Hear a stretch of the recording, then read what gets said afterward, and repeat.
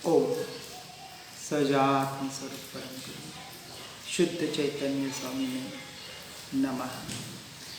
स्यद्वादिनये षट द्रव्य गुण पर्याय और प्रमाण का जड़ कर्म चेतन बंध का हर कर्म के अवसान का कह कर स्वरूप यथार्थ जग का जो किया उपकार है उसी के लिए जिन वाणी माँ को वंदना शतवार है, वंदना शतवार है।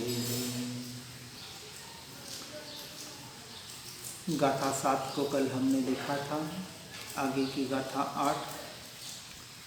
अब यहाँ पुनः पुनः यह प्रश्न उठता है कि यदि ऐसा है तो एक परमार्थ का ही उपदेश देना चाहिए, व्यवहार किस लिए कहा जाता है। उसके उत्तर स्वरूप गाथा में कहते हैं, गाथा 7 में बोलेंगे, भाषा अनार्य दीनान समझाना जो शक्य अनार्य को व्यवहार बिन परमार्थ का उपदेश हो या अशक्य यो। अर्थात जैसे अनार्य यानी म्लेच्छ जन को अनार्य भाषा के बिना किसी भी वस्तु का स्वरूप ग्रहण करने के लिए कोई समर्थ नहीं है, उसी प्रकार व्यवहार के बिना परमार्थ का उपदेश देना अशक्य है। सीधा कोई निश्चय को ग्रहण नहीं कर सकता है। जिसको जिस जैसी भाषा समझ में आती है उसको उस भाषा से ही कथन रूप समझाने का प्रयास किया जाता है। इसलिए जो व्यवहार और व्यवहार में ही अनादिकाल से लगे हुए हैं, अटके हुए हैं, भटके हुए हैं, उनको व्यवहार की भाषा में कहकर समझाकर फिर उन्हें निश्चय की ओर लाने का प्रयास कराया जाता है। इसी तरह इसके भावार्थ में बताते हैं, लोग शुद्ध नय को नहीं जानते क्योंकि शुद्ध नय का विषय अभी एक रूप ऐसी वस्तु है। अनादिकाल से जीव इस मिथ्यात्व रूपी मोह माया में अज्ञान दशा में भटक रहा है। अपने स्वयं के स्वरूप की तरफ आज दिन तक यथार्थ पुरुषार्थ करने का प्रयास इस जीव ने नहीं किया, इसलिए तो इस संसार परिभ्रमण में भटक रहा है। और वास्तविक कर्मों के निर्जरा की संवर की जो प्रोसेस है, प्रक्रिया है, निश्चय के लक्ष्य से उसे आज दिन तक करीबन पता ही नहीं है। मात्र क्रियाओं के आधार पर, धर्म क्रियाओं के इन मन वचन काया की क्रियाओं के आधार पर उसे ही सच्चा धर्म मानकर जो साधन था उस साधन को ही साध्य मानकर उसी में अटक कर भटक रहा है। इसलिए करीबन लोग इस शुद्ध नय को नहीं जानते। इसलिए उस शुद्ध नय तक पहुंचाने के लिए और उस शुद्ध नय का जो विषय ऐसा अभी एक रूप जो वस्तु है, जो द्रव्य है, जो हमारा आत्मा है, ऐसा जो जीव तत्व है, इस जीव तत्व तक दृष्टि करने का और दृष्टि कैसे की जाए, ऐसे जो उसका जो प्ररूपण इन शास्त्रों में किया जाता है, आज दिन तक जीव को उसने सुनने का, समझने का प्रयास ही नहीं किया। वह निरंतर, इसलिए आगे कहते हैं कि ऐसा जो जीव है वह अशुद्ध नय को ही जानता है क्योंकि उसका विषय भेद रूप अनेक प्रकार है।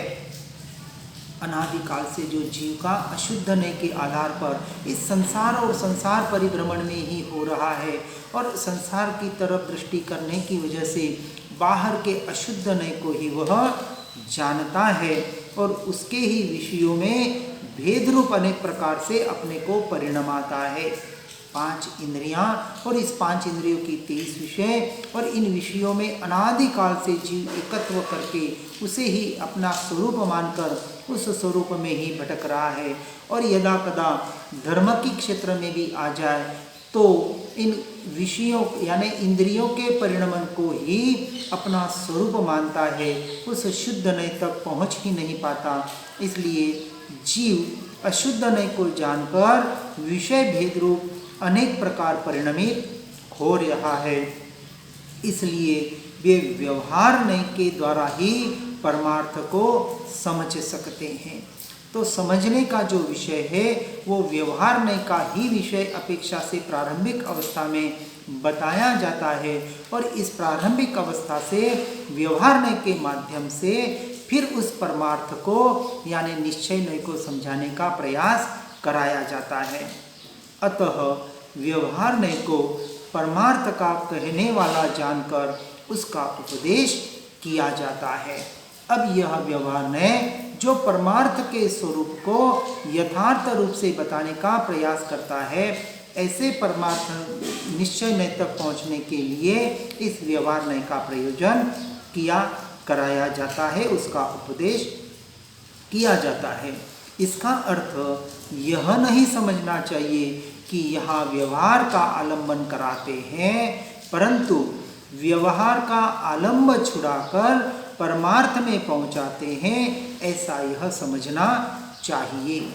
तो ऐसा व्यवहार नय का हम आलंबन ले रहे हैं, लेकिन उसका मतलब ऐसा नहीं कह रहे हैं कि आपको व्यवहार बता रहे हैं और व्यवहार में अटकने की बात बता रहे हैं। यहाँ मात्र व्यवहार का आलंबन आपको उस परमार्थ अर्थ को समझाने के लिए ही बताया जा रहा है। अंत में तो इस व्यवहार नय से भी संपूर्णतः छूटकर एकमात्र निश्चय नय का ही आलंबन लेना है, जिसे हम सम्यक एकांत कहते हैं। पहुंचना तो वही है, यानी हमारा लक्ष्य तो क्या होगा? निश्चय नय, यानी अपने स्वयं के आत्मा के अनुभूति पूर्वक ऐसे निश्चय सम्यक दर्शन पूर्वक आत्मरमणता, यही एकमात्र हमारा लक्ष्य होगा। और इस लक्ष्य को समझाने के लिए जो भी प्रक्रिया बताई जाती है, वेद ज्ञान की हो, स्वाध्याय सत्संग की हो, जो भी बाहर का जो भी व्यवहार नय का आलंबन लिया जाता है, इसलिए यहाँ यह समझना है कि जो व्यवहार निश्चय के लक्ष्य से न हो, ऐसा व्यवहार भी व्यवहार भास मात्र है, आभास मात्र है, आपको मोक्ष तक पहुँचाने के में काम नहीं आने वाला है।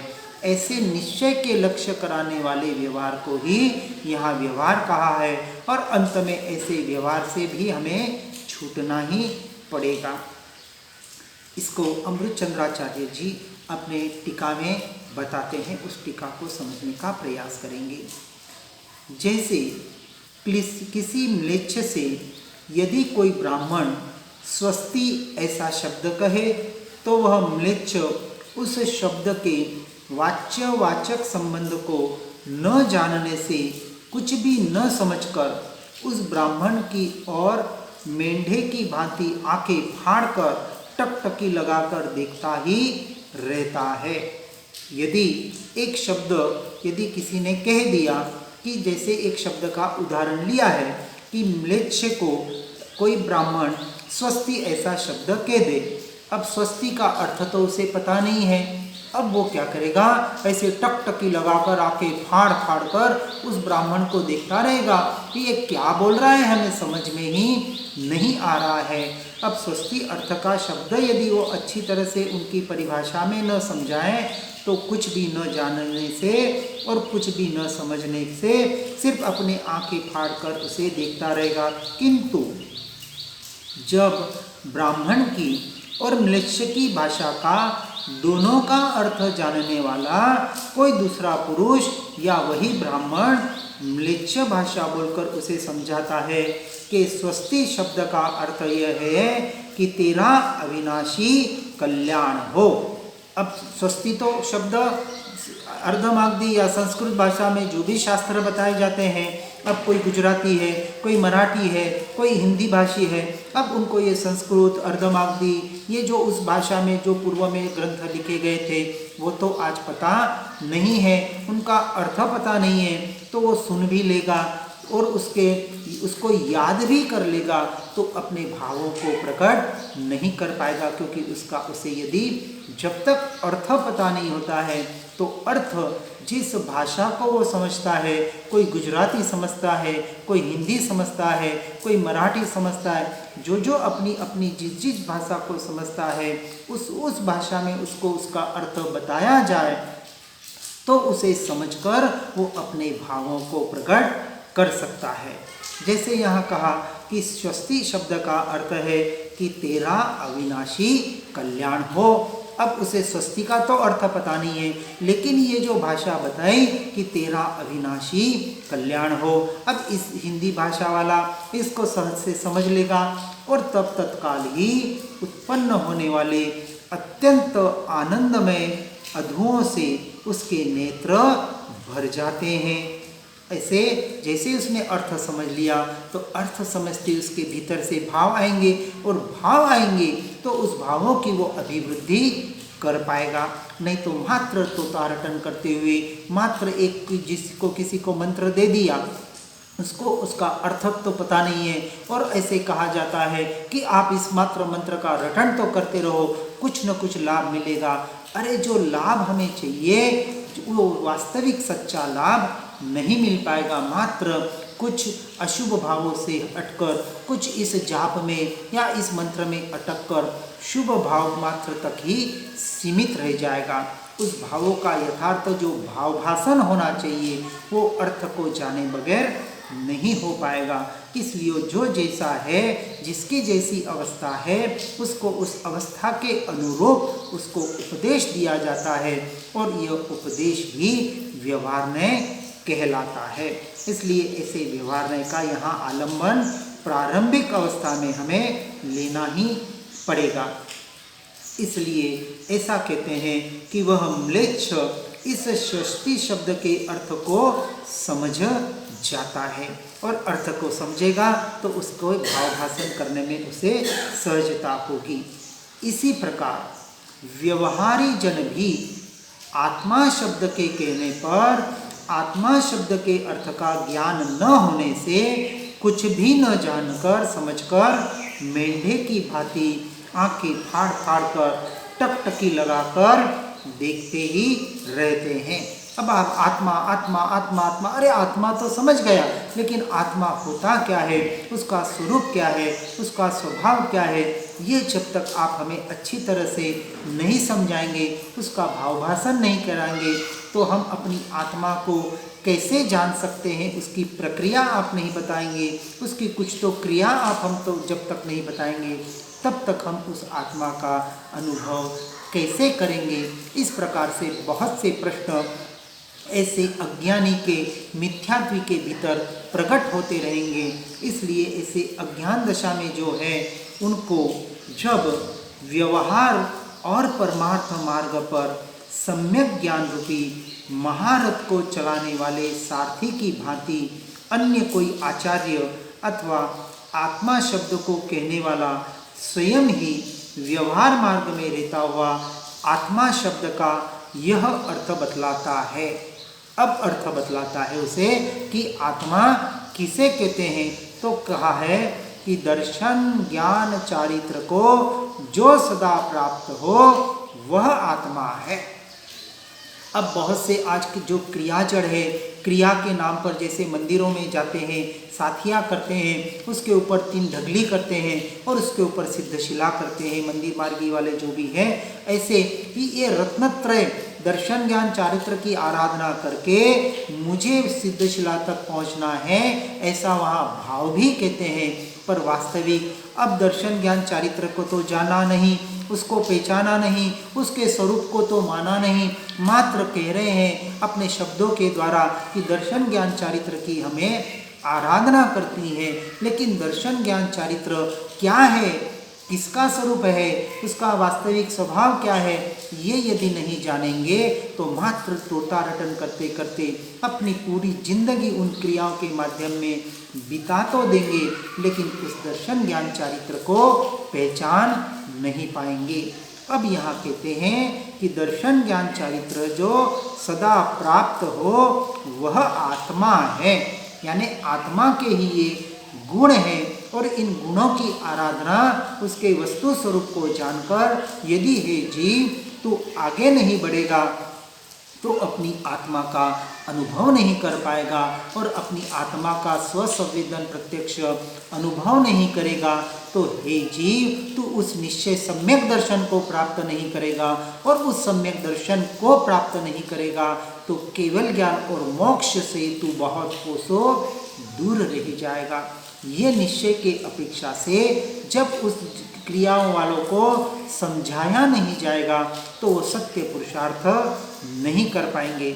और यदि उनको अर्थ सही रीति से उन जो शब्द जो परिभाषाएं उनको समझ में आती है उनकी परिभाषा में यदि समझाने का प्रयास करेंगे तो तत्काल ही उत्पन्न होने वाले अत्यंत आनंद से जिसके हृदय में सुंदर बोध तरंगे यानी ज्ञान तरंगे उछलने लगती है, ऐसा वह व्यवहारी जन उस आत्मा शब्द के अर्थ को अच्छी तरह समझ लेता है।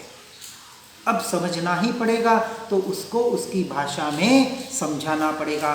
जैसे कोई मंदिर मार्गी है, उनको श्रीमद जी या गुरुदेव का नाम लेके कहते हैं तो उनको लगता है कि ये कोई दूसरे मत की दूसरे संप्रदाय की बात कर रहे हैं, हमारी नहीं कह रहे हैं। लेकिन यदि उनकी ही कोई गाथा हो, जैसे नौपत जी की ओड़ी में बोलते हैं ये मंदिर वाले गाथा कि अरिहंत पद ध्यातोथ का दवह गुण पछाय रे, भेद छेद करी आत्मा अरहंत रूपी थाय रे, वीर जिनेश्वर उपदेशे सांभळ जो चित्त लाई रे, आत्म ध्याने आत्मा रिद्धि मळे सरी आई रे। अब ये गाथा मंदिर वालों की है।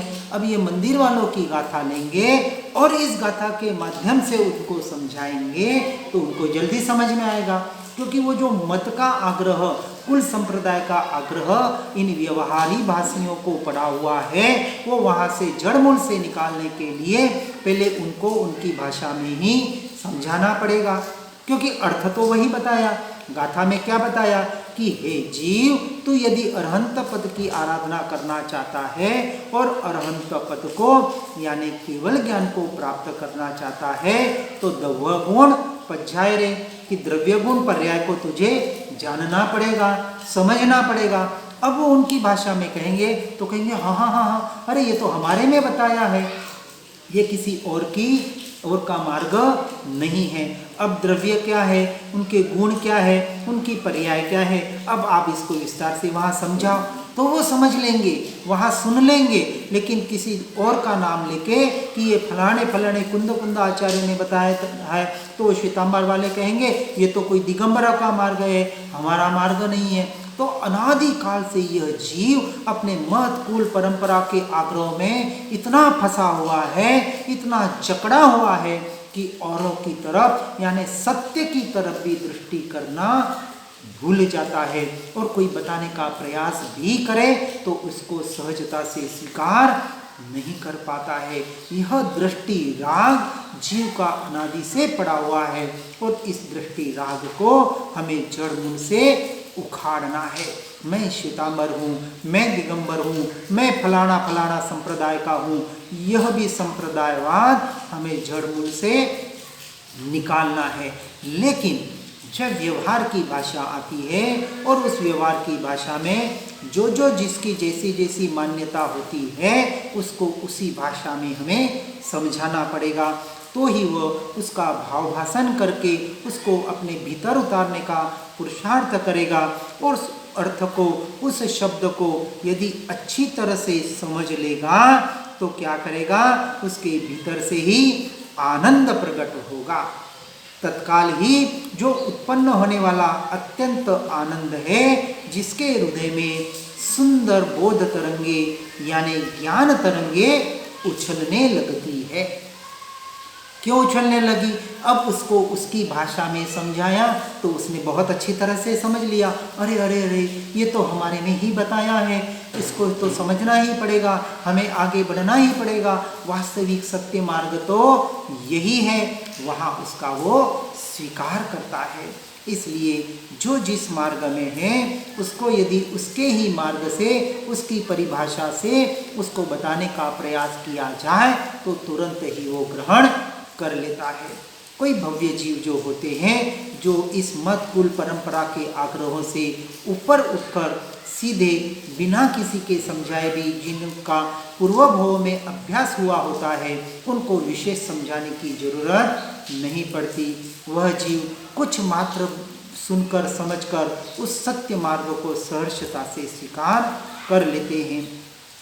इसलिए इस कुल पर मत परंपरा के संप्रदाय के आग्रहों से जिन्हें वास्तविक सच्चा मोक्ष मार्ग समझना है, उनको विशेषतः से इन आग्रहों से हटकर जहाँ से मिले, जैसे मिले उस तत्व को, इन 6 द्रव्यों के स्वरूप को, अपने 9 तत्व के परिणमन को, उसके वास्तविक स्वरूप को व्यवहार की अपेक्षा से और साथ साथ में बार बार जिस पे जोर दिया जाता है, इसको कहा कि निश्चय नहीं की अपेक्षा से जब तक जीव नहीं समझेगा तब तक वास्तविक परमार्थ मार्ग में, मोक्ष, सच्चे मोक्ष मार्ग में उसका पदार्पण नहीं हो पाएगा।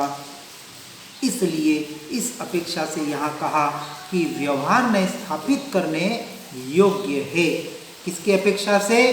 प्रारंभिक अपेक्षा से उस परमार्थ को समझाने के लिए व्यवहार ने यथा योग्य बताया है। लेकिन भूल कर भी उस व्यवहार ने को साध्य या सच्चा धर्म मानकर उसमें अटक कर कृपया भटक न जाए, क्योंकि वास्तविक मोक्ष मार्ग तो परमार्थ ही है, निश्चय नहीं है। इसलिए व्यवहार मात्र उसका साधन है, आधार मात्र है। इस अपेक्षा से कहा कि इन वचन से, यानी यह व्यवहार में अनुसरण करने योग्य नहीं है, इसमें धर्म की स्थापना करने योग्य नहीं है। इसलिए व्यवहार की अपेक्षा से जो एक कथन किया जाता है कि व्यवहार से मोक्ष नहीं होता, परंतु व्यवहार के बगैर भी मोक्ष नहीं होता। इस अपेक्षा से, वास्तविक अपेक्षा को समझकर व्यवहार नहीं के साथ साथ वापस फिर से अंत में समझते हैं कि जो व्यवहार मात्र परमार्थ का ही उपदेश कराए, यानी बाहर की परिणमन से, बाहर की क्रियाओं से, जो बाहर की क्रियाएं, चाहे जो मन वचन काया की क्रियाएं हैं, जो अपने अंतर्दृष्टि न कराए, अपनी आत्मा की ओर, अपने स्वरूप और स्वभाव की ओर न ले जाए, ऐसा व्यवहार भी व्यवहाराभास मात्र है, अंश मात्र भी इसमें मोक्ष मार्ग नहीं है। इस बात को गहराई से समझने का प्रयास करके हर जीव को इस तरह से आगे बढ़ने का प्रयास, पुरुषार्थ करना ही पड़ेगा। अब आगे बताते हैं। अब प्रश्न यह होता है कि व्यवहार में परमार्थ का प्रतिपादक कैसे हैं? अब उसके उद्धव स्वरूप गाथा सूत्र कहते हैं, सभी साथ में बोलेंगे, गाथा 9 और 10। इस आत्म को श्रुत से नियत जो शुद्ध केवल जानते, ऋषि गण प्रकाशक लोक के श्रुत केवली उसको कहे।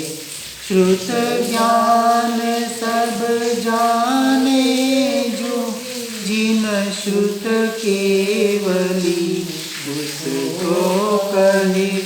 सर्व ज्ञान सो आत्मा ही है, श्रुत केवली उससे बने। अर्थात जो जीव निश्चय से, यानी वास्तव में श्रुत ज्ञान के द्वारा इस अनुभव गोचर केवल एक शुद्ध आत्मा को सन्मुख होकर जानता है, उसे लोक को प्रकट जानने वाले ऋषीश्वर श्रुत केवली कहते हैं। और जो जीव सर्वश्रुत ज्ञान को जानता है उसे जिनदेव श्रुत केवली कहते हैं, क्योंकि ज्ञान सब आत्मा ही है, इसलिए वह जीव श्रुत केवली ही है। अब इसके भावार्थ को समझते हैं। जो शास्त्र ज्ञान से अभेद रूप ज्ञायक मात्र शुद्ध आत्मा को जानता है वह श्रुत केवली है। यह तो परमार्थ यानी निश्चय का कथन है। अब पहले निश्चय के कथन को बताते हैं, फिर व्यवहार उसे कैसे बताता है इसको आगे समझेंगे। अब निश्चय का कथन तो क्या बताया कि जो शास्त्र ज्ञान से, शास्त्र का ज्ञान करना है, लेकिन किस लिए करना है? अपनी विद्वत्ता या पंडिताई दिखाने के लिए नहीं करना है। शास्त्रों का ज्ञान अभेद रूप ज्ञायक मात्र जो शुद्ध आत्मा को जानता है, यानी शास्त्र के द्वारा, जो पुरुषार्थ के द्वारा, भेद ज्ञान और भेद विज्ञान के द्वारा अभेद रूप ऐसे अपने ज्ञायक मात्र शुद्ध आत्मा को जानता है, मानता है और उसमें ही एकत्व करता है। यानी दर्शन ज्ञान चारित्र का जो परिणमन हो रहा है, जो बाहर की तरफ उपयोग ढल रहा है, उस उपयोग को, उन पर्यायों को निरंतर पुरुषार्थ के द्वारा जो अपने स्वरूप की ओर, जो अभेद रूप ऐसे ज्ञायक मात्र शुद्ध आत्मा की ओर, उसे ही जानने की ओर लगाता है, ऐसा जीव श्रुत केवली बताया गया है। ऐसा परमार्थ का यानी निश्चय का कथन है। तो हमें पहुंचना कहाँ है? इस निश्चय में परमार्थ में पहुंचना है, यानी हमें उस श्रुत केवली की दशा में आना है। तो निरंतर अपने उपयोग को इन देव गुरु शास्त्र के माध्यम से जो कुछ भी जाना है, समझा है, उस समझ के द्वारा अपने उपयोग को निरंतर एक क्षण का भी प्रमाद किए बगैर ज़्यादा से ज़्यादा अभेद रूप उस ज्ञायक भाव में, उस ज्ञायक मात्र ऐसे शुद्ध आत्मा के स्वरूप में ही स्थिर करने का पुरुषार्थ करना है। यह निश्चय का कथन है। यह निश्चय मोक्ष मार्ग है और उसके लिए जो आगे बताते हैं।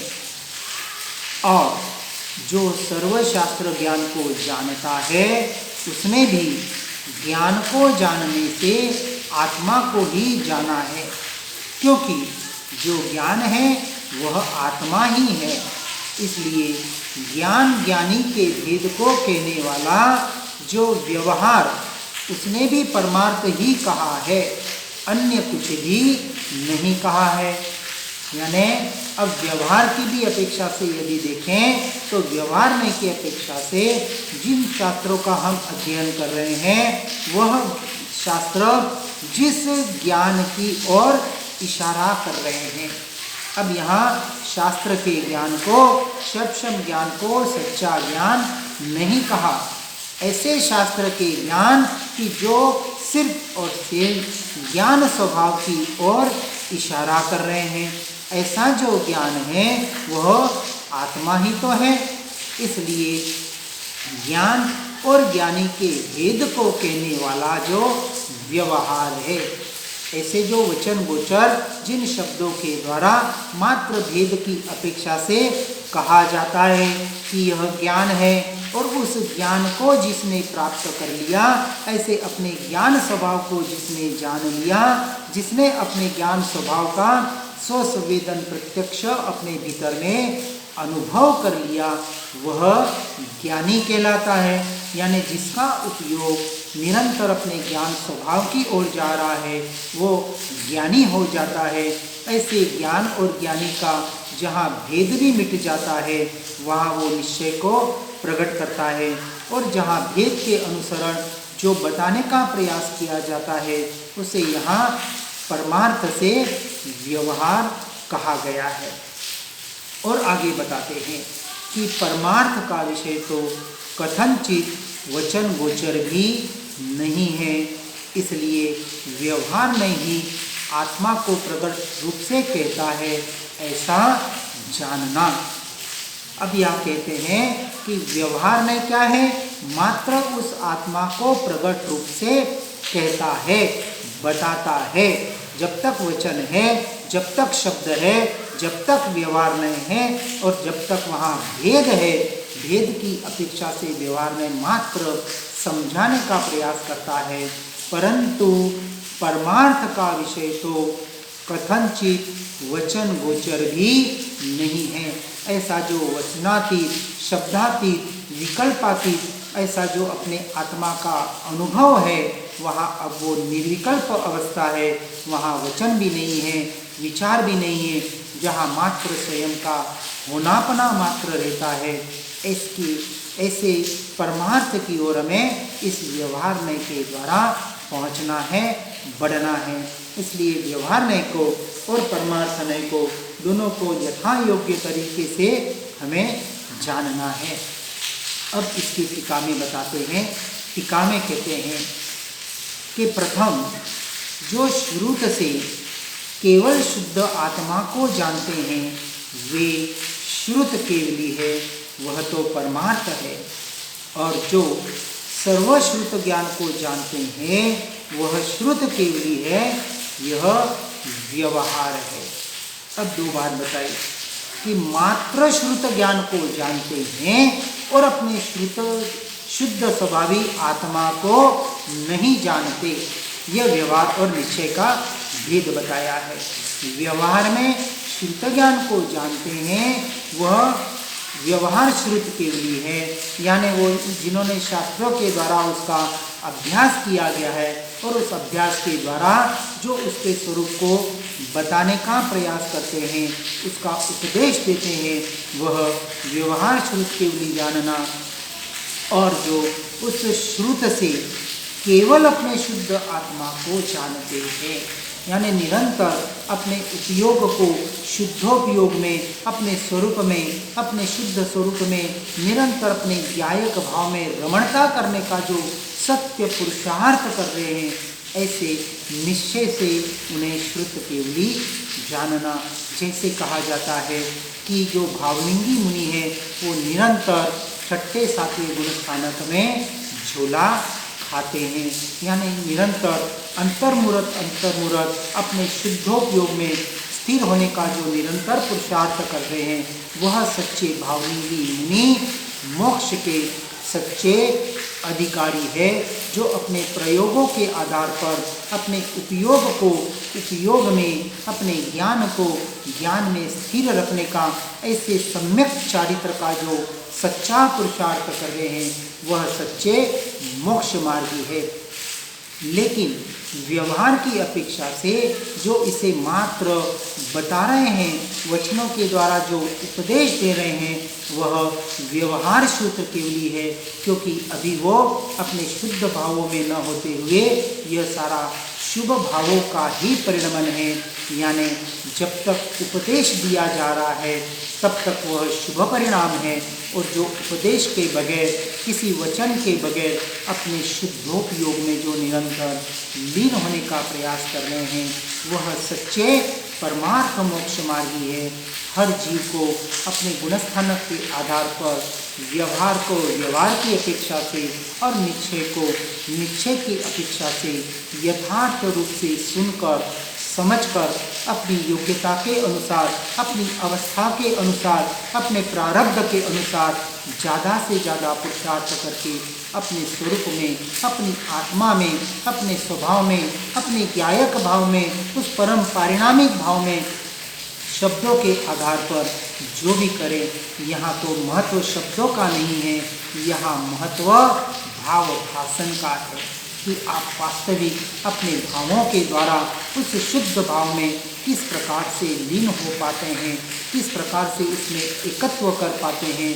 इस प्रकार से हर जीव अपनी योग्यता के अनुसार इस मार्ग में आगे बढ़ते हुए इस सत्य मार्ग को पाकर अनंत काल के लिए अपने स्वरूप में लीन होने का पुरुषार्थ करते हुए सत्य मोक्ष मार्ग की ओर आगे बढ़ने का पुरुषार्थ करे। जिनाज्ञ विरुद्ध कुछ भी कहने में आया हो तो इच्छामि दुक्कडम। जिन वाणी के ज्ञान से हो सम्यक श्रद्धा, हो चारित्र महान, पाऊं पद निर्वाण। निज निधि निज में बताई, यह अनंत उपकार है। उसके लिए जिन वाणी माँ को वंदना शतवार है, वंदना शतवार।